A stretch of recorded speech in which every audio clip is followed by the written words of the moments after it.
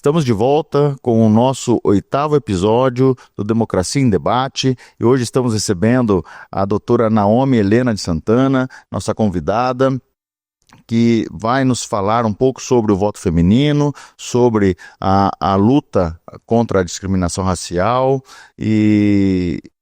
Iniciando aqui, eu quero fazer minha audiodescrição. Sou um homem de 47 anos, com terno cinza, gravata em tonalidade cinza também, sapato preto, branco, com 1,82 m. E hoje, então, nós estamos retomando os trabalhos aqui no nosso podcast, no ano de 2025, e estamos iniciando então com a nossa convidada, doutora Naomi, que é advogada, graduada e mestre em Direitos Humanos e Democracia pela Universidade Federal do Paraná, pós-graduanda em Direito Eleitoral pela PUC de Minas Gerais, diretora do Instituto Paranaense de Direito Eleitoral, IPRAD, associada à Academia Brasileira de Direito Eleitoral e Político, ABRADEP, integrante do Instituto Política por de para Mulheres, secretária adjunta da Comissão de Defesa dos Direitos Humanos e membro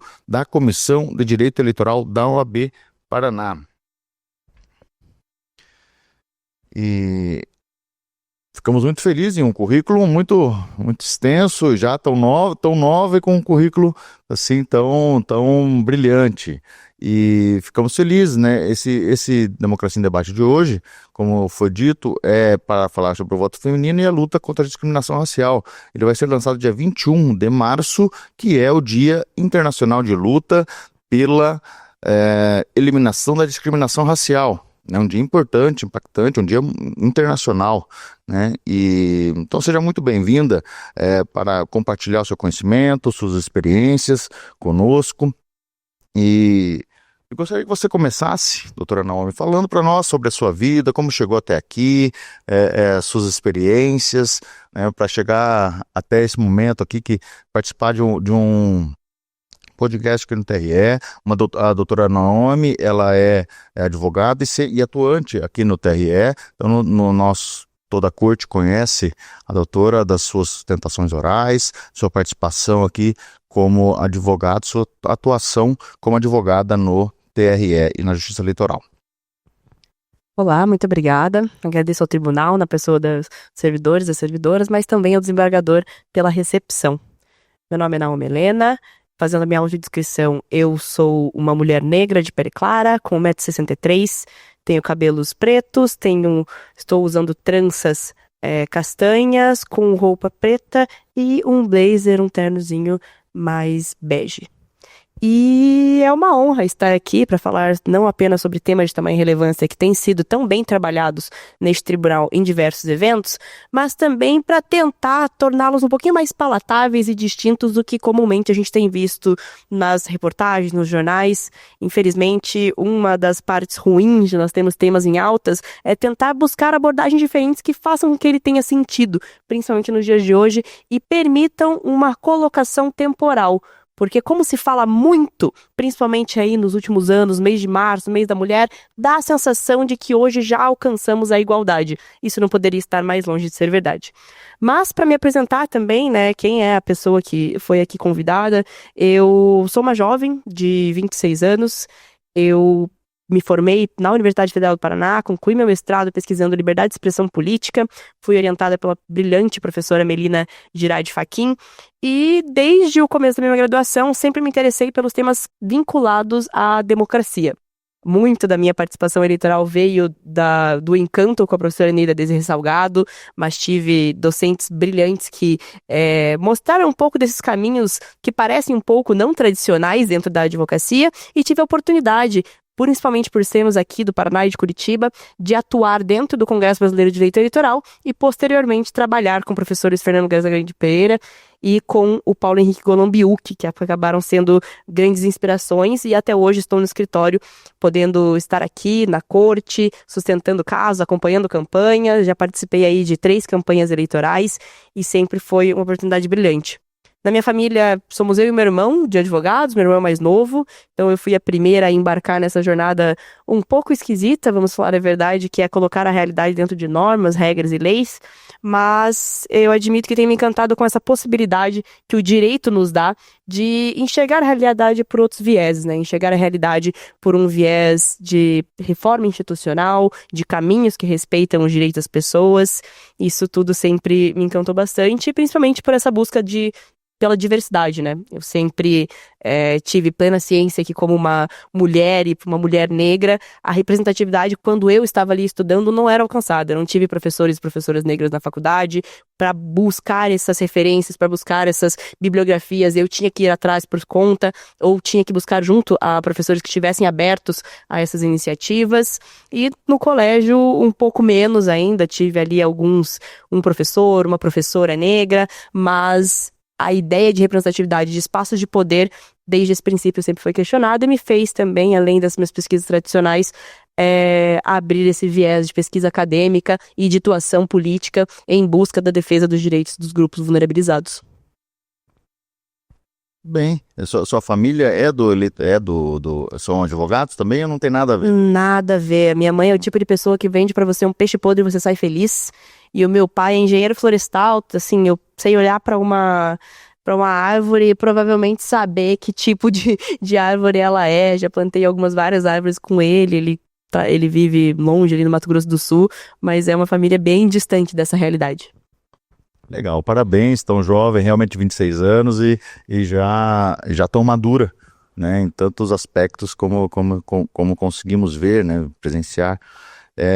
Sobre a nossa pauta, né, a inclusão das mulheres, então, no processo eleitoral, ocorreu em 1900 e na década de 30, né, o voto feminino, ele mudou a forma como as campanhas são estruturadas, mudou a sociedade, como a participação da mulher na política teve uma alteração grande. E gostaria que você comentasse sobre isso, sua visão sobre o voto feminino e esse impacto que ele trouxe na nossa sociedade. Com certeza. Eu acho que o primeiro ponto fundamental para compreender a relevância da inclusão do voto dentre os direitos das mulheres no Brasil é entender que voto é poder. Se voto é poder, voto modifica a realidade. A partir do momento que as mulheres têm o poder de votar, e elas ainda assim buscavam se desconciliar da ideia de que o voto seria autorizado por seu marido, autorizado pelo seu pai, a partir do momento que isso coloca um poder, dá às mulheres a possibilidade de alterar a pauta, de alterar aquilo que está sendo pautado nas instituições de relevância. Então, para pensar uma campanha política, nós temos diversas camadas dela, né? Diversos objetos, diversas partes e subdivisões. Nós temos aquilo que é pensado para o eleitorado. Então, quem é o eleitorado que se está a buscar? Nós temos a pessoa candidata, aquela que está se colocando à disposição da sociedade para ser votada. Mas do caminho da pessoa candidata ao eleitorado, nós temos toda a construção de uma campanha. Uma campanha que não é apenas a imagem daquele indivíduo, mas toda a sua proposta política que envolve partido, envolve uma carta criada, envolve uma comunidade que está sendo representada.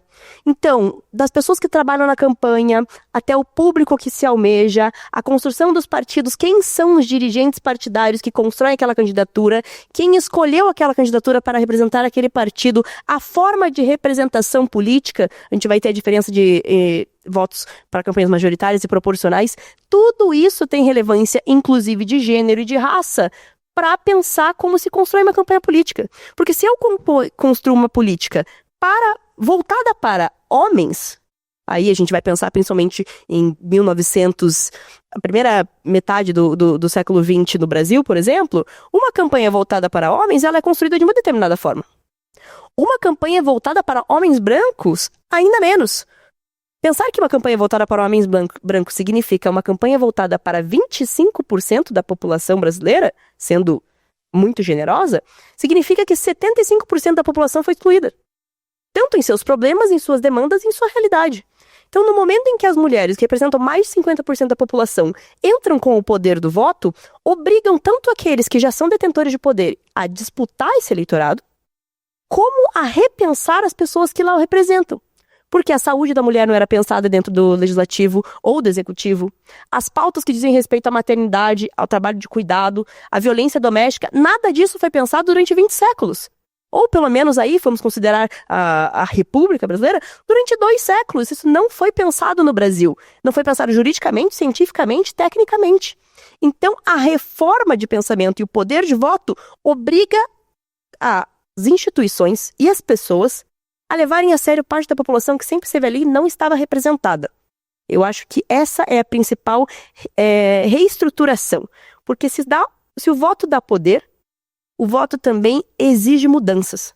O voto faz com que você tenha que conquistar aquela camada da população e essa população, infelizmente, demora a perceber o quanto isso lhe dá de poder, porque ainda se sente refém das estruturas sociais que as amarram e economicamente, familiarmente, em todas essas outras camadas, ainda lhe prendem ou tentam lhe tomar os votos. E a gente vê isso muito bem, não apenas no voto, mas nas candidaturas fictícias, em que muitas mulheres submetem o seu nome apenas para fechar uma chapa, mas apoiar ali o seu cunhado, o seu marido, o seu irmão, enfim, algum parente, que é uma realidade de hoje, não nada distante.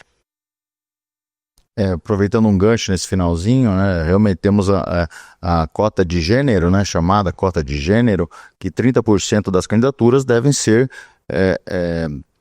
de candidaturas femininas, né, e temos a súmula 73 do TSE, que determina se houver uma candidatura fictícia, né, de alguma candidatura feminina que seja fictícia, ela a chapa toda perde os votos. E isso está acontecendo muito, não só no Paraná, mas no Brasil todo. Né? O Poder Judiciário já está sendo mais rigoroso com essa circunstância, né? Muito como mesmo você disse, reconheceu, né? que acabam colocando mulher apenas para compor o quórum, completar ali os 30%, mas ela mesma muitas vezes não quer ser candidata, não faz campanha, não recebe apoio do partido político, né, inclusive financeiro, e acaba levando então uma situação de desigualdade que se mantém, né? Mas agora o Poder Judiciário vem trabalhando, não sei se você concorda comigo, eu quero ouvir você, né?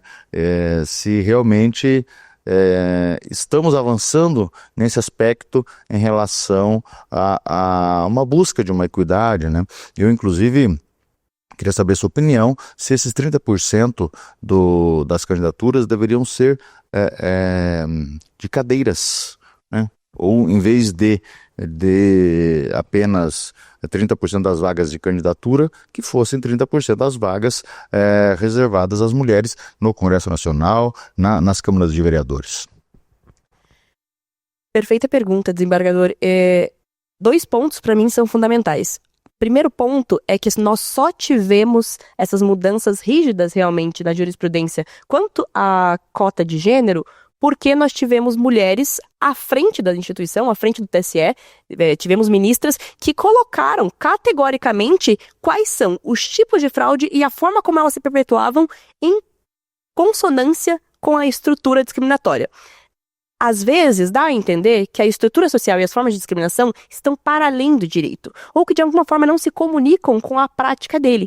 E o que nós temos no caso da cota de gênero é talvez um dos exemplos mais relevantes e também que mais demonstrem essa circunstância. Por quê?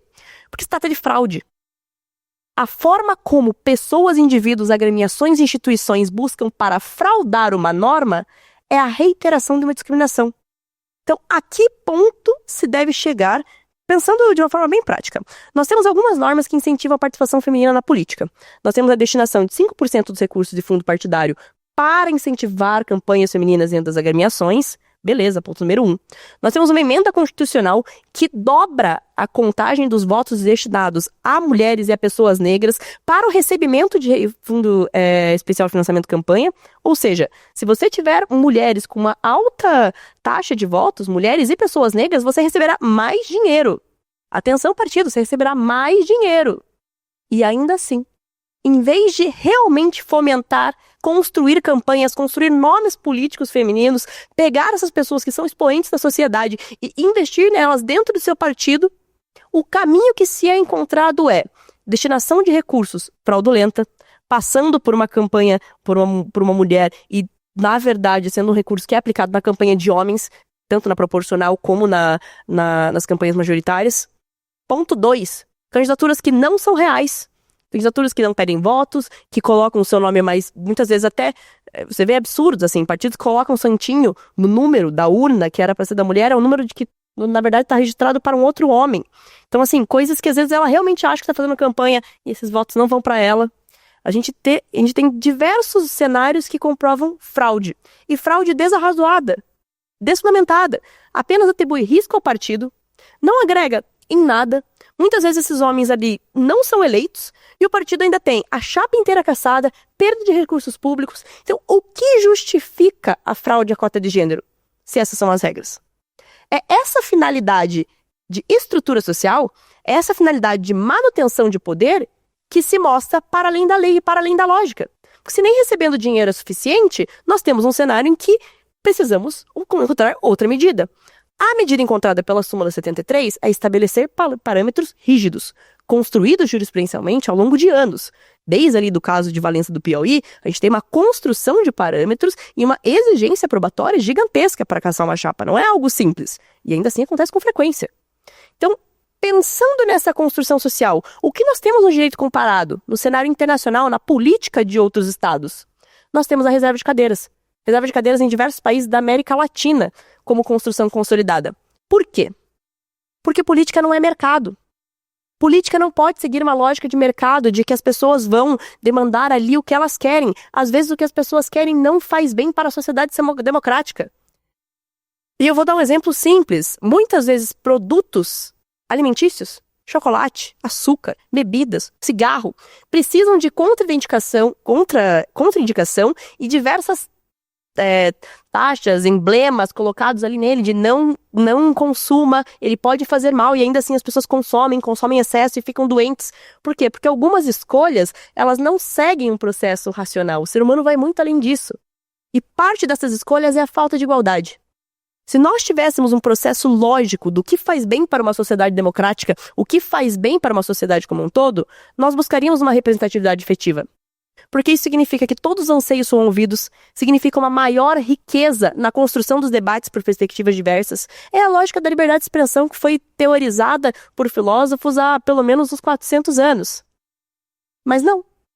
A manutenção de uma estrutura em que nós temos hoje no Congresso Nacional menos de 20% das mulheres em cargos como deputada federal e no Senado, significa muito. Significa que o voto não foi a ferramenta absoluta, porque as mulheres que podem votar não foram ensinadas a votar em mulheres. Não foram ensinadas a olhar para mulheres e enxergar nessas outras mulheres figuras de confiança. Figuras que vão realmente ter o poder de alterar e debater com iguais, frente a outras pessoas. Elas se sentem mais, não representadas, mas protegidas por um representante que aparenta ter esse poder de briga, porque a feminilidade é vista num lugar de vulnerabilidade. Então, como se muda essa visão social? Com exemplos. Nós temos hoje, na política brasileira, diversas mulheres que contrapõem esses exemplos. Muitas vezes são taxadas por adjetivos pejorativos por causa disso, mas que contrapõem esses exemplos. E são a partir dessas figuras que nós conseguimos ter uma reforma de visão. Porque outra coisa que acaba sendo muito danosa é esperar que apenas as mulheres votem em mulheres. E aí nós chegamos ao ponto final que é, os homens não votarem em mulheres também é um contraindicativo democrático. Se homens não confiam que mulheres podem representá-los, isso significa um déficit democrático na capacidade de se ver representado politicamente. Porque a grande realidade, quer se queira, quer não, é que nós mulheres fomos ensinadas a saber o que precisa de um homem. O que precisa um homem para questões de saúde. Nós sabemos, inclusive, que novembro é o mês novembro azul para exames específicos masculinos. Nós sabemos como funciona todo o funcionamento biológico de um homem, seus anseios em relação à perspectiva de vida, crescimento social. Nós aprendemos isso desde pequenas, com novelas, com filmes, com histórias de pais, com histórias de irmãos. Mas a maioria dos homens não entende o funcionamento biológico de uma mulher, e nem as mulheres sabiam porque isso não era pesquisado. A maioria dos homens não entende o processo de vida de uma mulher, porque isso não era representado nos veículos de comunicação, e, consequentemente, não sabe de suas capacidades. Por isso se surpreenderam no século XX com mulheres correndo as primeiras maratonas, com mulheres participando de esportes de luta, ou se perdem em linhas argumentativas por não entender o que significa a igualdade e a paridade.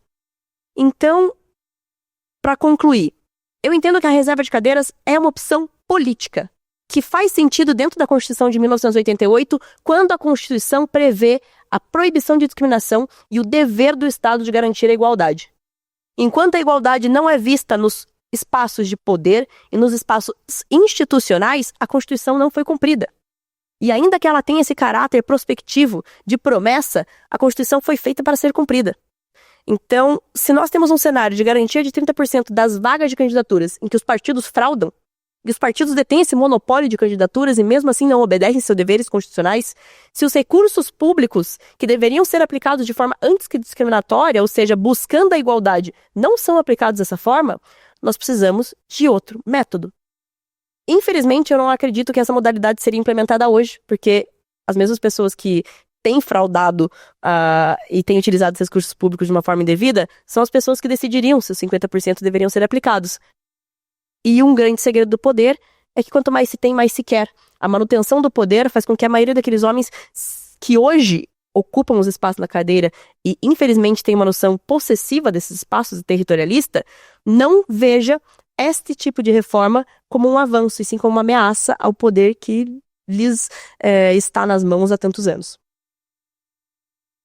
Essa era uma pergunta minha, se nesse momento da nossa sociedade conseguiríamos talvez aprovar uma mudança legislativa dessa, né? Mas já houve a resposta e também concordo com você em tudo que disse. Realmente já tivemos a experiência de uma mulher presidente do Brasil, né? E estão avançando aos poucos, né, a essa questão da mulher nos espaços de poder, mas está tendo avanços consideráveis na última década, né, agora mesmo na magistratura, o CNJ determinou aos tribunais de justiça e tribunais regionais federais que as mulheres tenham uma lista preferencial, né, na promoção por merecimento, e isso é uma forma de inclusão e que em algum momento vai chegar a um equilíbrio, né, entre o homem e a mulher. E sobre a discriminação racial, o que você me diz? Porque você falou, tem menos de 20% das cadeiras do Congresso Nacional são ocupadas por mulheres, né? São 17%, né? E desses você sabe quantas mulheres negras tem participando dentro dos 17%? E o que você, né, pensa sobre a participação da mulher negra na política? Como que pode se avançar mais ainda na candidatura dela e na busca pelo espaço, né? Vou aproveitar só esse começo para salientar as mudanças que os desembargadores trouxeram pelo CNJ, ao pôr em perspectiva, né? As mudanças foram feitas para que em um dia se alcance a igualdade. Esse um dia, consequentemente, é futuro. Então, nós não temos medidas para efetivar a igualdade nos dias de hoje. A sensação que é dada de tem se avançado aos 10 anos, ela, ao mesmo tempo, é um pouco opaca, ela é um pouco míope. Por quê? Nós temos agora, por exemplo, a presidência da ministra Carmen Lúcia no TSE. O desembargador tem alguma ideia de quando teremos uma próxima mulher presidente do TSE? Não há perspectiva, porque nós não temos outra mulher no Supremo Tribunal Federal. A presidência é sempre do Supremo Tribunal Federal. Ausente outra mulher no Supremo Tribunal Federal, ou roda todo o tribunal para chegar novamente na ministra Carmen Lúcia, ou ela se aposenta nesse meio tempo. Então nós não temos perspectiva de uma nova presidência de uma mulher no TSE. O Supremo Tribunal Federal enfrenta a mesma lógica. O Superior Tribunal Militar teve agora a sua primeira ministra presidente, primeira de sua história, e a única da sua composição. Temos uma composição do STM de 19 cadeiras.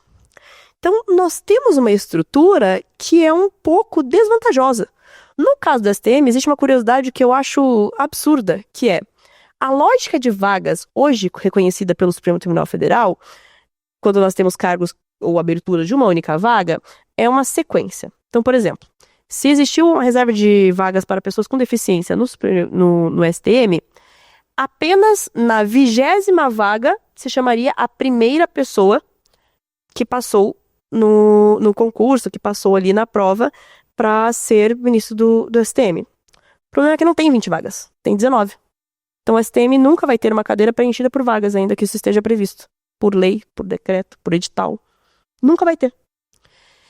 E isso acaba acontecendo muito em relação a mulheres e em relação a pessoas negras em outros espaços. Eu não vou saber o número exato de mulheres negras que estão hoje na Câmara de Deputados. Eu sei que é um número ali inferior a 5%. Isso eu me recordo, mas eu não vou lembrar exatamente pela confusão com outros dados. Na Câmara Municipal de Curitiba, nós temos uma pessoa de 39. Uma mulher negra entre 39 vereadores e vereadoras. Eu acho que isso já dá um bom parâmetro, sendo que a primeira vereadora mulher foi a Carol D'Artora em 2018, se eu não me engano. 2020. 16, 20, isso. Então, em 2020, Carol D'Artora foi eleita vereadora, em 2022, deputada federal. Essa foi a primeira vez que Curitiba teve uma mulher negra na sua composição. O que acontece com a situação das mulheres negras? Tribunal Superior Eleitoral teve a sua primeira e segunda mulheres negras ministras agora, em 2024. Então, em 2024, a instituição pôde tratar com representatividade de temas que já estava ali tentando enfrentar há diversos anos. O que nós temos tido é um momento de emergência. Por que as instituições têm lidado e buscado tantas ferramentas para efetivar a igualdade? Por que tem se falado tanto, criado tantas normativas para pensar a questões raciais e questões de gênero? Porque antes não existia nada. E a partir do momento que começa a se vencer essas barreiras e ocupar esses espaços, medidas precisam ser efetivas. Hoje, as mulheres negras não têm perspectiva de ocupar lugares de poder. Porque a maior parte das medidas que foram reconhecidas, por exemplo, no CNJ, fala da questão de mulheres no geral. Dentre as mulheres, há uma hierarquia que demora a alcançar as mulheres negras. Não só em números e em proporção, mas também em disputa de poder. Porque, em tese, as mulheres brancas que já podiam ocupar esses espaços de estudo ou de poder e econômico estavam na fila. E as mulheres negras começaram a ingressar nas universidades ou conseguiram vencer outras barreiras em um momento muito posterior. Então, nós vamos ter um grande número de mulheres negras hoje nas bases das instituições de poder. E subindo pouco a pouco, sem os parâmetros devidos de reconhecimento. E isso é ruim para as instituições. As instituições que não conseguem reconhecer o seu déficit argumentativo, jurídico, social e representativo com um baixo índice de mulheres negras, perdem. Perdem porque as pessoas negras são mais de 50% da população brasileira. Então, o mesmo déficit de gênero existe gravemente em raça. Homens negros também não são encontrados nesses espaços com a mesma efetividade. E num Brasil que possui um cenário de construção racial tão complexo, em que muitas pessoas têm dificuldades para se entender como negras ou não negras, esse debate acaba sendo muitas vezes arma e ferramenta de quem quer agir em prol de uma igualdade cega, de uma igualdade meramente formal.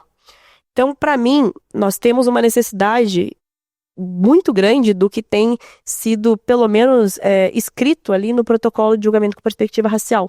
E uma necessidade política dessas construções, que são o quê?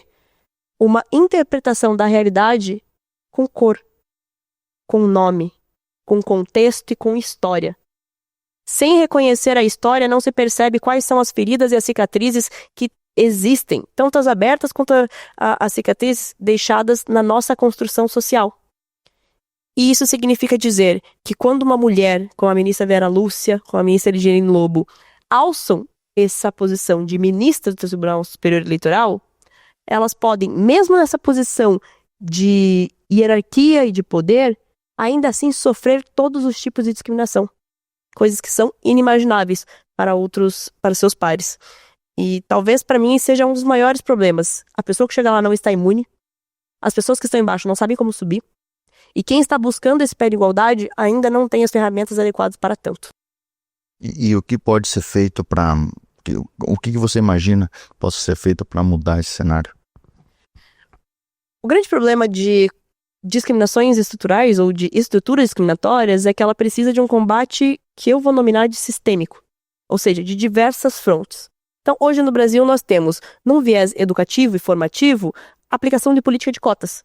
A aplicação de política de cotas ela é fundamental para que as instituições se tornem mais plurais, as instituições tenham essa efetividade democrática que inclui pessoas racializadas nas mais distintas categorias, inclui pessoas indígenas, inclui também pessoas que sofrem discriminação por serem pessoas com deficiência. Então você pluraliza a educação, a formação, no reconhecimento das diferenças. Se um lado da educação está sendo pensada dessa forma, a proibição de discriminação, ou seja, a não discriminação enquanto mandamento constitucional, ela é aplicada a empresas, ao âmbito da saúde, para que nenhum tratamento, nenhuma forma de se agir na sociedade seja discriminatório. Então nós temos um primeiro, educacional, segundo, institucional. As instituições são impedidas, ao menos juridicamente, de praticar discriminações. Quais vieses faltam? Político, cultural e, fundamentalmente, de poder. Dentro do poder, nós temos instituições oficiais, que vão para além do organizacional ou do âmbito privado. Essas instituições oficiais têm um ônus muito maior previsto na Constituição. Porque além do dever de não discriminação, há o dever de antidiscriminação, o dever de buscar a igualdade. Então, ao efetivar política de cotas para pessoas com deficiência, ao pensar e tratar sobre a participação das pessoas trans nos ambientes oficiais e públicos de trabalho, ao fazer política de cotas para pessoas tanto negras, e ao pensar listas alternativas ou formas de ascensão de poder para mulheres, isso acontece apenas em instituições públicas, em que o poder público não pode ser utilizado para reproduzir estruturas discriminatórias. Ao se alternar e transformar esse tipo de estrutura, nós tendemos a afetar apenas carreiras. A cultura social não necessariamente está sendo alterada. A política segue a sua mesma forma. Por isso nós temos hoje um judiciário muito mais plural do que o poder legislativo. Depois dessas mudanças se percebeu que apenas ter mulheres nas frentes dos holofotes ou ter mulheres decidindo não seria suficiente, porque as leis ainda são construídas por homens brancos, normalmente com uma faixa etária parecida, e normalmente com a mesma situação econômica financeira. Como se muda a construção política junto com a cultural? Então, primeiro de tudo, é necessária uma valorização pública da igualdade e da equidade. Isso em todas as esferas, nos esportes, nas novelas, nos livros. É necessário que isso seja um valor moral e social. Para quê? Para que no momento de uma discussão política, nenhum homem se sinta autorizado socialmente a proferir falas que violam os direitos, a atacar mulheres fisicamente, cuspir em mulheres, como acontece em várias câmaras municipais. Então existem diversos comportamentos que só são produzidos porque culturalmente eles são autorizados, seja no seu núcleo específico, seja num grupo, numa bolha social, ou seja na sociedade como um todo. E como mudar o poder político com medidas concretas? Nós temos hoje algumas, que também já foram citadas, mas que permitem pequenos passos e enfrentam o óbice da fraude, que para mim é um dos pontos mais ilógicos possíveis. Então sim, nós temos uma reserva de um valor de 5% do fundo partidário para investir em candidaturas femininas. A meu ver, isso precisa ser pensado para candidaturas de pessoas negras, indígenas e com deficiência. Uma forma de inclusão ampla, porque não é apenas o gênero que é protegido pela Constituição de 88. Ponto número 2. Nós temos hoje, o TSE reconheceu o dever de aplicação proporcional dos recursos públicos em campanhas eleitorais para pessoas negras, mulheres e pessoas indígenas. Pessoas indígenas, sendo que só vai valer para a próxima eleição em 2026. Eu realmente acredito que partidos vão preferir cortar pessoas indígenas do que colocar e fazer com que elas recebam proporcionalmente esse valor. Mas de um modo ou de outro, para certos grupos não faz sentido a cota. Faria sentido aplicar uma cota de 30% para pessoas negras se hoje nós temos candidaturas de pessoas negras para além de 30%? Não faz sentido. Faz sentido exigir que os valores sejam também repassados a essas pessoas, mas em representatividade, pelo menos no momento em que você assina a lista, a cota já perde seu sentido. Tampouco faz sentido uma ideia de proporção de cota de candidatura para candidaturas indígenas, que tem, por exemplo, uma representação desproporcional nos estados brasileiros. Indígenas representam determinada parcela da população diferente em distintos estados. Muito maior na Amazônia, muito maior no Centro-Oeste, muito menor no Sudeste, no Sul, porque foram dizimados. Então, que tipo de relevância e como se constrói essa política? Será que não faria sentido, então, antes mesmo da reserva de gênero, uma reserva de cadeiras para candidaturas indígenas? Que vem sofrendo e tem sofrido reconhecidamente, notoriamente, um genocídio? De quantos e quantas comunidades já foram perdidas nessa construção? Então, eu acho que pensar políticas públicas e pensar políticas afirmativas antidiscriminatórias significa fazer ciência jurídica, fazer ciência política. Significa encontrar alternativas para além do que se diz apenas sobre as cotas. Criar cenários como a distribuição proporcional, como de incentivos financeiros.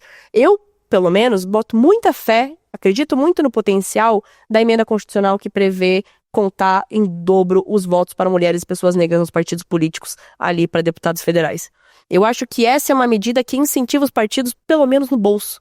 Porque se o bolso importa, o bolso vai doer. Mas da mesma forma que isso é uma política afirmativa, ela tem que ser responsável. O que significa?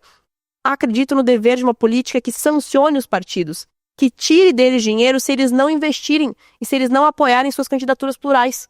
Se eles não fizerem uma composição democrática da sua agremiação. Porque uma composição não democrática de uma agremiação significa que o Estado brasileiro está reconhecendo legitimidade institucional realmente daquelas pessoas que podem intervir no processo político e colocar candidaturas e dando dinheiro a quem está agindo contra os seus interesses, contra os direitos humanos, mas contra os interesses precípios da Constituição.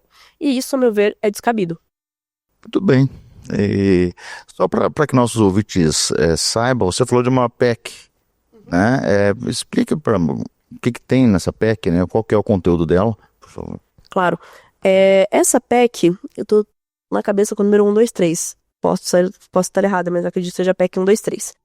A emenda constitucional 123.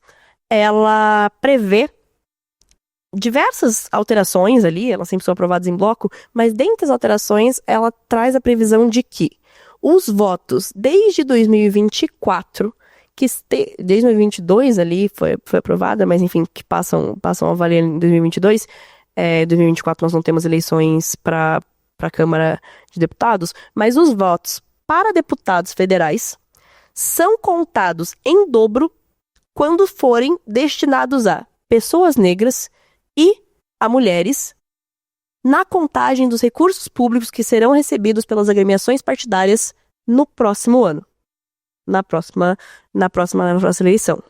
O que isso significa? Hoje, os recursos públicos não são distribuídos equanimemente entre os partidos. Eles recebem na proporção da sua representação na Câmara, a sua representação no âmbito nacional.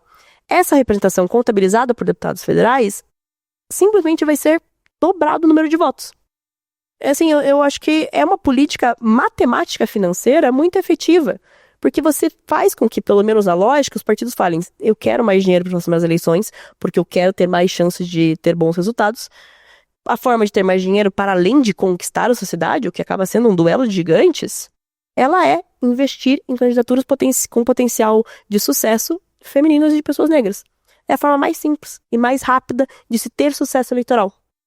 Então, eu acho que ela é um caminho, ela não é perpétua, né? Ela tem ali uma data de validade, mas é um caminho muito prático para se obter mudanças efetivas, que é esse momento o incentivo de bolso mesmo, incentivo financeiro.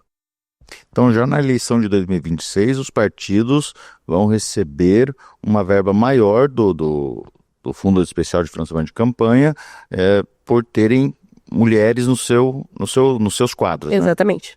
Como representantes lá no Congresso Nacional. Exatamente. Uhum. Muito bem. E, bom, nós estamos ouvindo a doutora Naomi de um tema denso, né, e que explicou tudo brilhantemente. Imagino que seja foi o tema também, você trabalhou esse tema também na sua dissertação de mestrado? Não, na verdade, eu trabalhei a ideia constitucional e de direitos humanos, de dignidade humana e de igualdade, mas para colocá-las como base da liberdade de expressão. A ideia ali da minha dissertação de mestrado foi pensar a liberdade de expressão no Brasil por parâmetros de análise. Muito bem. Doutora Naomi, você já encaminhando para o final, quiser deixar um recado ou faça suas considerações finais sobre tudo que nós conversamos aqui, que nós ouvimos de você, de toda essa experiência e esse conhecimento que você tem, que é muito, muito grande. Obrigada. A minha mensagem final vai ser, talvez, um foco com alusão a esse mês de março e ao dia 21 de março. Eu acredito que datas marcadas, em especial datas internacionais, comemorativas, celebrativas, elas têm uma razão de ser que não é apenas retomar frases de impacto, mas criar reflexões contextualizadas. Então, o que significa para você a igualdade de gênero nos dias de hoje? A igualdade política. Para você, mulher, e para você, homem. Quão tranquila você se sente em votar em uma mulher? E como você se sente representado por mulher nesses âmbitos políticos? Quais são os problemas que você sugeriria, palpitaria, que são os obstáculos para que nós tenhamos um ponto de igualdade e equidade na nossa sociedade? E se os seus palpites forem efetivos, que tipo de mudanças podem ser feitas? Às vezes parece que esse mundo de teorizar, criar alternativas, criar soluções, ele fica apenas para algumas pessoas e não, ele é um dever social. Porque as pequenas mudanças são feitas nos pequenos âmbitos. Mudanças na família, sobre quem cuida de qual função, quem tem qual responsabilidade e como isso pode ser igualitário. Mudanças em âmbitos maiores, em projetos, em empresas. E apenas assim eu acredito que nós teremos uma mudança final na sociedade e no universo político. Mas da mesma forma, o Dia Internacional de Luta pela Eliminação da Discriminação Racial, ele tem um viés muito diferente só da pauta brasileira. A discriminação racial, para muitos tida como um momento passado da escravização, ela se faz no presente de formas expressas e de formas veladas. Então, se você é uma pessoa negra, eu desejo que esse seja um dia que você possa refletir quais são as ferramentas atuais que nós temos de proteção. Proteção para a nossa atuação, para a nossa vida plena, para a nossa saúde, para a nossa dignidade. Mas se você é uma pessoa negra, eu espero que a discriminação racial tenha o impacto de lhe fazer refletir como é a vida de outros. Existe uma falsa ideia de que a empatia é a melhor ferramenta para a sociedade. E eu sou uma pessoa um pouco avessa a essa ideia. Porque a empatia significa que a melhor forma de pensar o bem para alguém é se colocar no lugar daquela pessoa. E a grande verdade é que nós somos incapazes de sentir o que aquela pessoa sentiria, de trazer a bagagem que ela viveu. Nós nunca poderíamos entender a magnitude de uma dor ou de uma felicidade apenas ao se imaginar no lugar de uma pessoa. As felicidades seriam nossas e essa é uma característica, a meu ver, demasiadamente egoísta. O que nós precisamos é de compaixão. Compaixão para entender que o que dói em outra pessoa deveria importar para nós, ainda que nós discordemos dessa dor. E que as medidas para se buscar a vida digna em comunidade são, sim, dever de todos e é um comprometimento democrático. Aí, se você discorda, eu acredito que o problema seja no desapego com a democracia. Que a democracia exige essa participação colaborativa e essa crença nos direitos de todas as pessoas.